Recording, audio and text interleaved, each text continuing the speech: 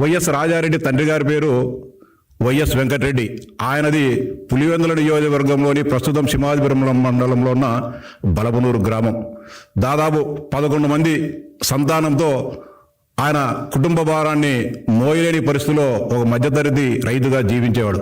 అదే సందర్భంలో ముఖ్యంగా రాయలసీమ ప్రాంతాల్లో కరువు కాటకాలు ఉండడంతో ఆయన తన పిల్లలను చదివించుకోవడానికి అనేక రకాలుగా ఆర్థిక ఇబ్బందులు పడే సమయంలో బ్రిటిష్ మిషనరీస్ సంబంధించిన ఫాదర్లు అంటే క్రైస్తవ మిషనరీలు భారతదేశంలో అనేక మందిని అంటే పేదరికాన్ని ఆసరా చేసుకొని వారికి ఏదో విధంగా ప్రలోభపెట్టి వారిని క్రైస్తవ మతంలోకి చేర్చుకునే కార్యక్రమాన్ని అతి వేగంగా జరిపే పరిస్థితులలో వైఎస్ వెంకటరెడ్డి గారు కూడా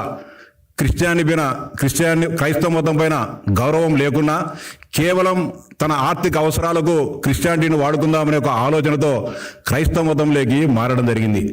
ఆయన వెంటనే ఆ ఫాస్టర్ల చలవతో తన కుటుంబాన్ని జరుపుకోవడానికి తన ఆర్థిక ఇబ్బందులను తీర్చుకోవడానికి వెంకటరెడ్డి గారు బలపనూరు నుంచి డైరెక్ట్ ప్రస్తుతం కడప నడిబొడ్డులో ఉన్న సిఎస్ఐ హై స్కూల్లో ఫాదర్ దగ్గర అంటే హై స్కూల్ మెయింటైన్ చేసే ఫాదర్ దగ్గర చిన్న ఉద్యోగంగా చేరడం జరిగింది.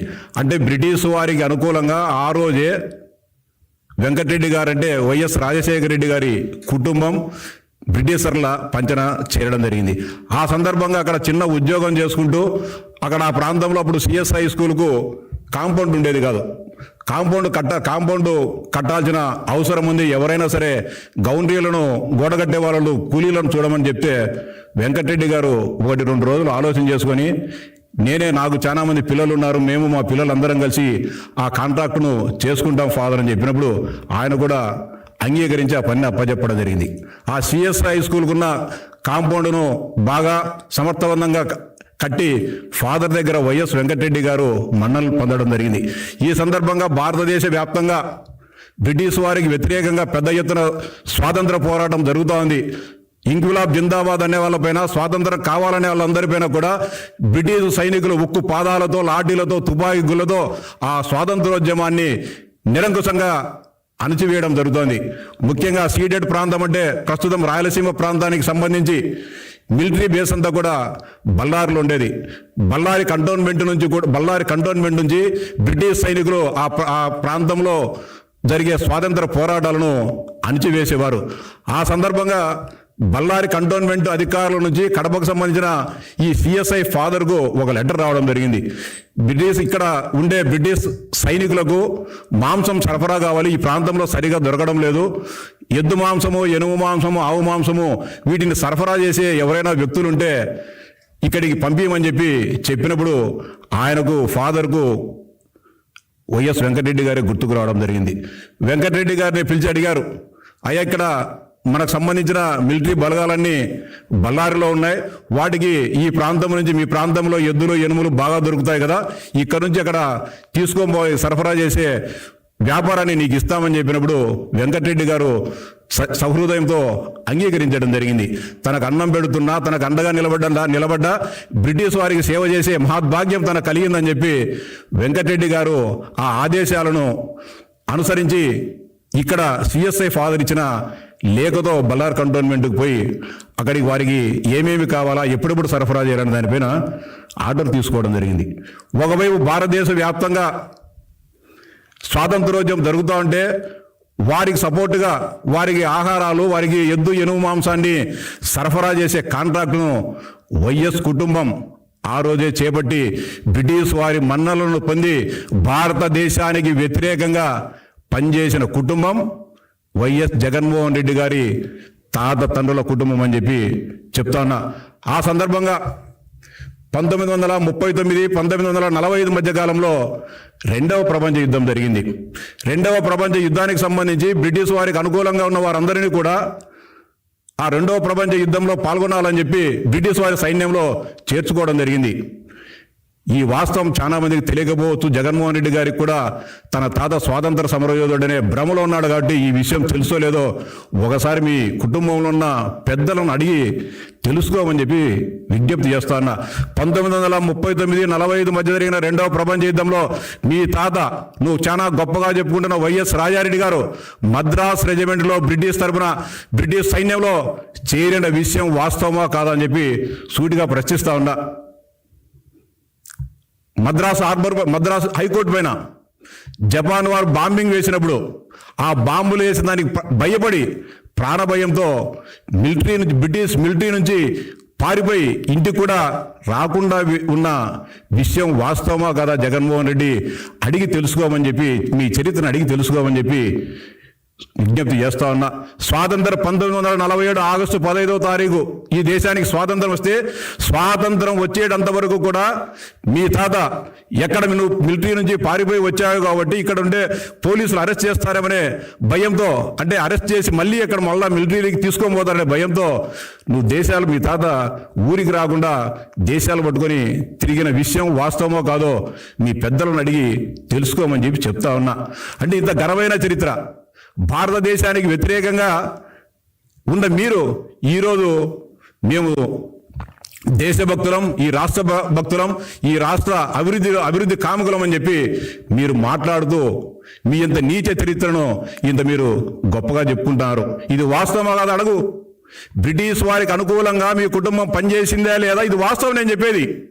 యాజ్ పర్ రికార్డ్స్ ఉన్నాయి, మీరు కావాలంటే తీసుకోండి. మీ తాత పని చేశాడా లేదా, మీరు బ్రిటిషర్ల దగ్గర లేచా లేదా. ఈరోజు సిఎస్ఐ స్కూల్లో కూడా ఉన్న పాత అధికారుల్లో ఎడుగూరి సందింటి వెంకటరెడ్డి అక్కడ ఉద్యోగం చేశాడా లేదా స్వాతంత్రానికంటే ముందు అనే విషయం ఈరోజు కూడా రికార్డులో ఉన్నాయి. కావాలంటే నీ మనుషులు పంపించి వెరిఫై చేసుకో జగన్మోహన్ రెడ్డిని చెప్తా ఉన్నా. దాని తర్వాత స్వాతంత్రం వచ్చిన తర్వాత అనేక రకాల పరిణామాల నేపథ్యంలో మీ కుటుంబం పెద్దది, రకరకాల ఆ కాలంలోనే కొంత వ్యాపారాలు చేసేవారు, వాస్తవమేమే కాదని చెప్పలే. కానీ మిగతా వాళ్ళ వ్యాపారాలు చేసేవాళ్ళు, కానీ మీ తాత రాజారెడ్డి గారు అరాచకం చేసేవాళ్ళు, రౌడీజం చేసేవాళ్ళు, పంచాయతీలు చేసేవాళ్ళనే విషయం అందరికి కూడా తెలుసు. అందరూ కూడా మీ కుటుంబంలో అందరూ కూడా పెద్ద పెద్ద చదువులు చదువుకున్నారు. అంటే రాజశేఖర రెడ్డి గారి మేనత్తలు కానీ, రాజశేఖర రెడ్డి గారి పెదనాన్నలు, చిన్నాన్నలు అందరూ కూడా పెద్ద పెద్ద చదువులు చదువుకొని సమాజంలో గౌరవంగా బతికారు. రాజారెడ్డి గారు ఏం చదువుకున్నారు? బ్రిటిష్ వారి ప్రాపకంతో వారిచ్చిన అన్ని ఆ రోజు విద్యా సంస్థలన్నీ వాళ్ళ కంట్రోల్లో ఉన్నాయి కాబట్టి రాజశేఖర రెడ్డి మేనత్త గారిని, అంటే మీ అవ్వలను మీ తాతలను అందరినీ కూడా బాగా చదువుకొని బ్రిటిష్ వారి ద్వారా అభివృద్ధి చెందడం జరిగింది.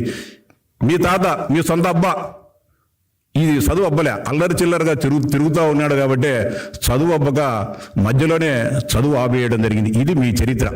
స్వాతంత్రం కంటే ముందు మీరు సాధించిన ఘనత. తర్వాత రైల్వే కోడూరు నియోజకవర్గంలోని మంగంపేట ముగ్గురాల వ్యవహారంలో వెంకట నరసయ్య గారు ఒక పద్మశాలి కుటుంబీకుడు. అతనికి అక్కడ మైన్స్ ఉండడం జరిగింది.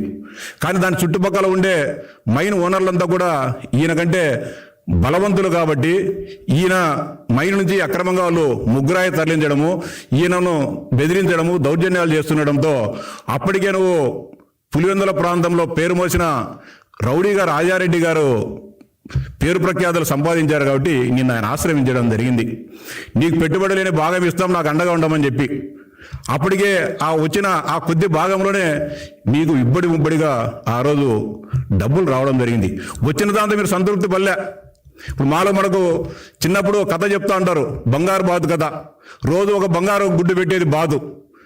ఎవరో పనికిమాలో రాజారెడ్డి అట్లాంటోడు ఒకటేసారి కోసుకుంటే దండిగా బంగారు గుడ్డు దొరుకుతాయి కదని చెప్పి ఆ బాతును కోస్తే దాంట్లో గుడ్డు లేవు.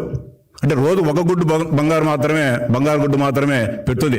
ఆ చందంగా నరసయ్యను చంపితే మొత్తం రైల్వే కోడూరులో ఉన్న ముగ్గురాయి గన్లన్నీ కూడా మా వశమవుతాయి కదా అని చెప్పేసి వెంకట నరసయ్య గారిని 15/7/1975లో చంపిన విషయం వాస్తవమా కాదా?